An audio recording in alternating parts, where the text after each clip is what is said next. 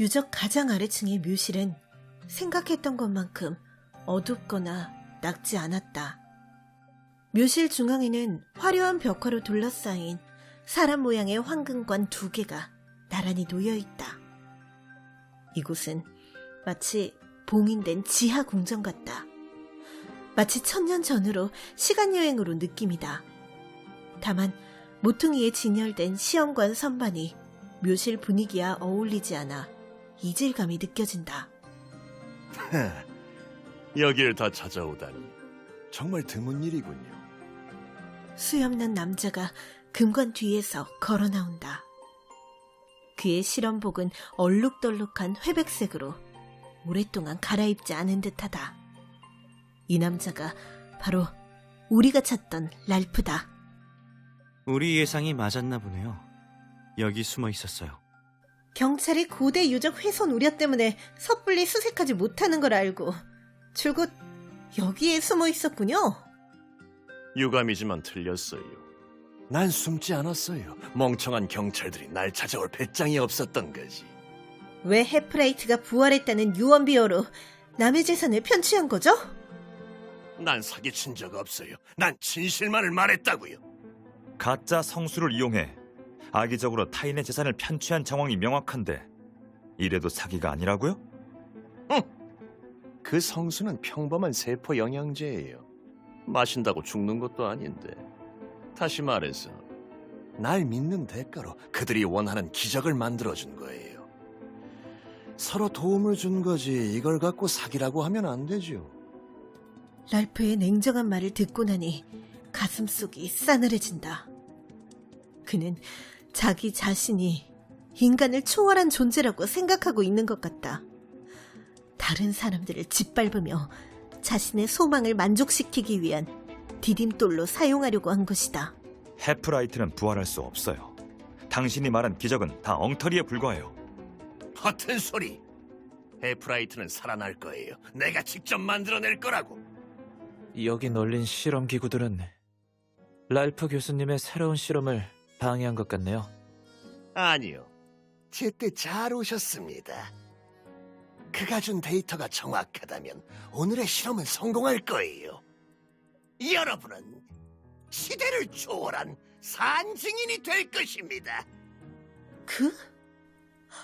그가 누군데요? 내 지지자들은 최고의 상을 받게 될 거예요. 난 이 모든 걸 창조한 신이니. 랄프는 내 질문을 무시하곤 이해할 수 없는 말들만 끊임없이 내뱉는다. 그가 진짜 망상에 빠진 미치광이가 아니라면 그는 일부러 내 질문을 피하고 있는 것이다. 금관을 열고 미라에서 헤프라이트의 DNA를 성공적으로 추출하기만 하면 완벽한 유전자 서열을 복제해 실제 사용할 수 있는 수용체 세포를 배양해낼 수 있을 거라 확신해요. 날 깔보고 비웃고 모욕하던 사람들에게 그들이 틀렸다는 걸 증명해 보이겠어요. 과학적 이론으로 그들을 무릎 꿇게 만들 거예요. 과학? 아무런 사실적 증거도 없으면서 여기저기 퍼뜨리고 다니는 부활 이론이 과학이라는 건가요? 이게 과연 과학일까요? 미신일까요? 랄프 교수님, 정말 모순적이시네요. 윤노아는 의미심장한 표정으로 관을 힐끗 쳐다본다. 이 2개의 관에 헤프라이트가 있을 거라고 어떻게 확신하시죠? 그리고 선조들이 남긴 추론을 정말 반증할 수 있다고 생각하시는 건가요? 자신을 과대평가하신 것 같네요. 내 판단은 틀릴 리가 없어요. 같이 묻혀있던 이 2관이 가장 좋은 증거라고요. 유적 안에 있는 모든 흔적들이 헤프라이트가 자신과 무센을 위해 남긴 관이란 걸 증명하고 있어요. 그녀가 합장을 선택하지 않았다면 이 많은 노력을 들여서 굳이 지하 무덤을 짓지 않았겠지요. 랄프 씨가 말한 그 자료는 우리도 이미 찾았어요. 헤프라이트가 무센에게 쓴 러브레터가 맞더군요. 죽은 뒤 그녀의 연인과 함께 묻히고 싶다고 언급하기도 했고요. 하지만 그래서요? 진짜 그랬는지는 아무도 모르잖아요. 무덤에서 발견한 편지들은 직접적인 증거가 될 수 없어요. 물론 더 확실한 증거들도 갖고 있지요. 랄프 교수는 갑자기 황금관에 손을 대더니 미는 동작을 취한다. 그의 손에 지렛대 같은 도구가 쥐어져 있다는 걸 알아챈다. 지렛대 끝부분이 관 귀퉁이에 단단히 고정되자 그는 팔로 내리누른다. 관에서 쐐을 키는 소리가 살짝 난다. 관을 열고 미라를 찾는 것이 가장 강력한 증거죠. 관을 열려고 해요. 어서 막아야 해요. 내가 소리치자마자 강혁은 랄프의 지렛대를 빼앗으려 달려든다. 다른 사람들도 뒤따라 랄프를 막아보려 하지만 맞춰봐요. 날 막으면 무슨 일이 일어나게 될까요? 랄프는 동작을 멈추기는커녕 도발하듯 우리를 쳐다본다. 잠시만요! 등줄기가 서늘해지고 난 본능적으로 그를 멈춰 세운다. 랄프는 우리를 마주하고 있음에도 두려운 기색은 전혀 보이지 않는다. 뭔가 이상하다. 다른 수를 써두었을 가능성이 크다. 아가씨, 좀 똑똑하네. 랄프는 다른 손을 들어 우리를 향해 손바닥을 펴보인다. 손바닥에는 리모컨 같은 게 쥐어져 있다. 2층 곳곳에 폭발물을 숨겨놨어요. 나한테 손댔다가는 더는 내 기적의 산증인이 될 수 없게 만들어버릴 거예요. 당신 미쳤어요? 폭탄이 터지고 유적이 무너지면 당신도 죽어요. 닥쳐!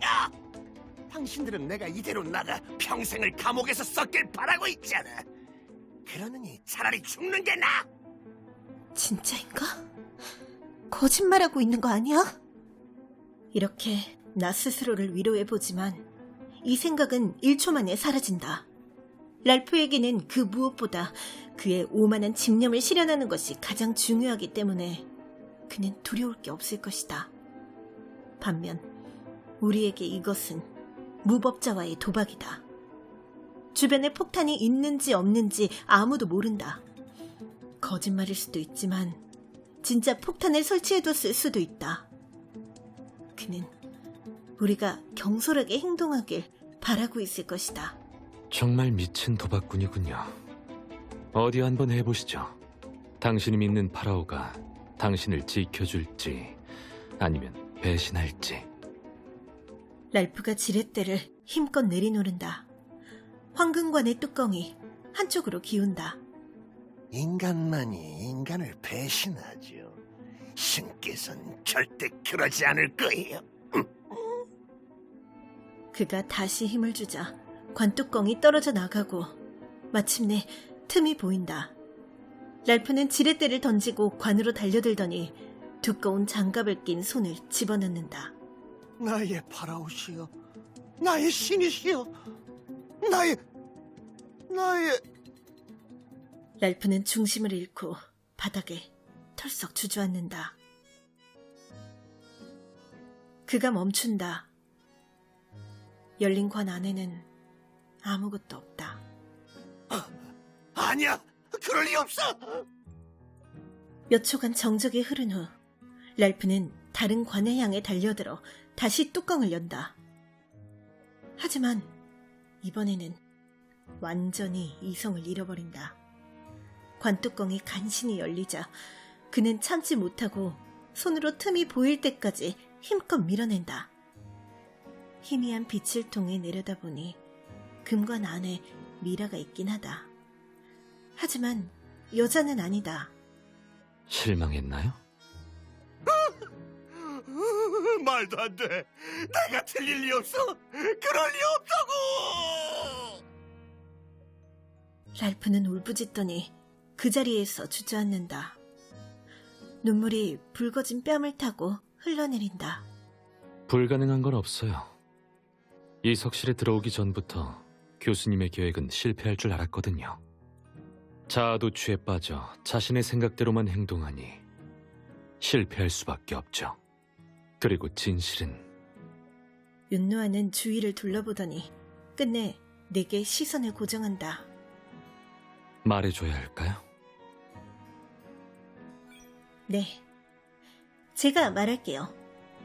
사실 진실은 간단해요. 헤프라이트는 결국 연인과의 합장을 택하지 않았어요. 위층에 있는 벽화의 내용을 자세히 살펴봤다면 교수님이 지금 추구하고 계신 건 처음부터 잘못됐다는 걸 알 수 있었을 테죠. 벽화라니 무슨 소리예요? 위층 석실 안에 있는 재단 뒤쪽 벽에 특별한 벽화가 있어요. 특수한 방법을 사용하면 벽화 도안 밑에 숨겨진 글자가 드러나는데 그 말이 바로 헤프라이트가 후세에 남기고 싶었던 메시지죠. 헛소리는 됐고 똑바로 말하라고요. 교수님 말대로 헤프라이트는 파라오란 신분 때문에 신하와의 비밀 연애를 공개할 수 없었어요. 무센이 죽은 후 그녀는 이 지하 사원을 지었고 무센과 합장할 생각까지 했었죠. 하지만 사원을 짓는 과정에서 그녀의 생각이 조금씩 바뀌었어요. 백성들에 대한 책임감이 결국 사적인 감정을 포기하게 만들었죠. 말도 안 돼. 그녀는 분명 여기서 살았었어요. 이 관, 이 흔적이 가짜일 리 없다고요.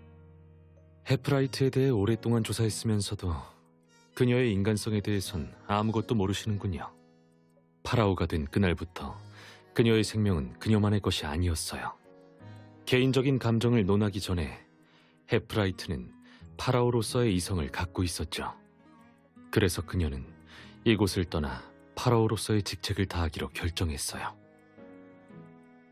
하지만 그녀는 결국 파라오의 피라미드 무덤을 버리고 로비스의 작은 무덤에 잠들었죠.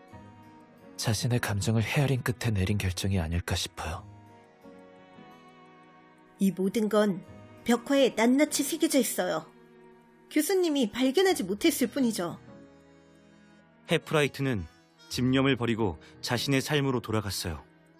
그런데 교수님은 아직도 집념에 사로잡혀 현실을 보지 못하고 계시네요.